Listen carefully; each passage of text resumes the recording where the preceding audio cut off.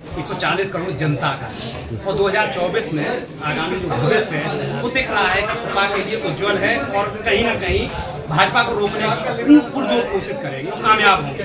लेकिन उस मंदिर का आपने विरोध किया, संविधान का मंदिर था, उसी में आप लोग बैठेंगे और वो जनता का पैसा, व्यक्ति किसी का नहीं है। मोदी आज है, मोदी घर के थोड़ी लेके जाएंगे नहीं। और उसमें सर साधु संत उसमें सर उस उद्घाटन के अवसर पर साधु संत थे।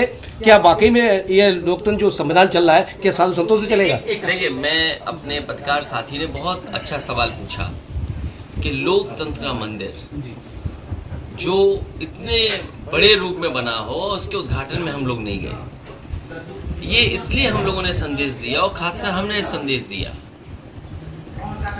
कि अगर देश की राष्ट्रपति महिला हैं, आदिवासी हैं और हमें आपको पढ़ने पलटने चाहिए। जिस समय यही भारतीय जनता पार्टी दूसरे दलों से राष्ट्रपति चुनाव के लिए वोट मांग रहे थे तो क्या क्या नहीं बता रहे थे, तो आज जब उद्घाटन था तो क्यों भूल गए? और केवल उन्हें भूल गए, हमारे अभी कोविंद जी रिटायर हुए हैं प्रेसिडेंट, अरे कम से कम उनका भी सम्मान हो जाता। तो आखिरकार भारतीय जनता पार्टी क्या संदेश देना चाहती थी? इस देश में सबसे ज्यादा नुकसान अगर किसी ने किया है तो वो छुआछूत ने किया है। धरती पर इस तरह का भेदभाव आदमी आदमी से छुआछूत करता हो कहीं नहीं है।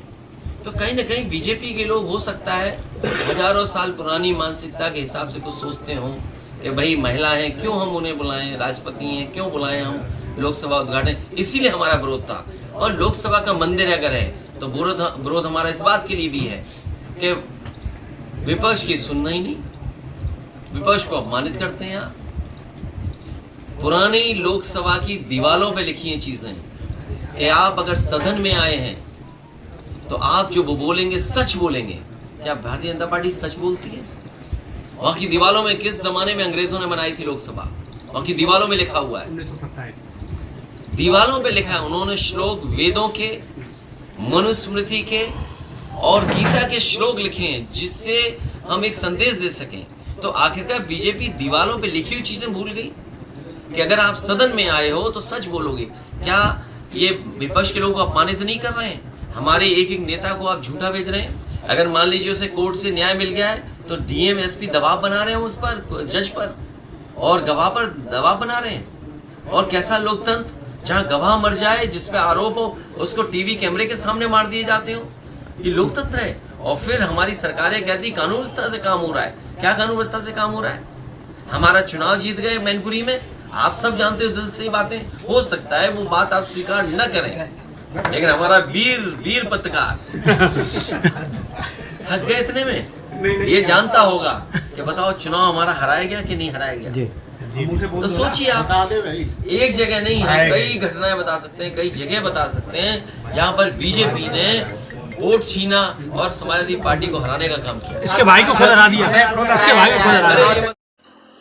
दोस्तों, समाजवादी पार्टी के राष्ट्रीय अध्यक्ष पूर्व मुख्यमंत्री श्री अखिलेश यादव जी ने नई सांसद का जो उद्घाटन हुआ है उस पर बयान दिया। कहा कि बीजेपी की लोगों को याद दिलाइए कि जो पुरानी सांसद की दीवारें में लिखा हुआ श्लोक है उसे तो पढ़ें। कहा अखिलेश जी ने कि अगर कोई संसद भवन में आया हुआ है तो एक मंदिर की तरह है, उसमें सच्चाई भूलनी चाहिए।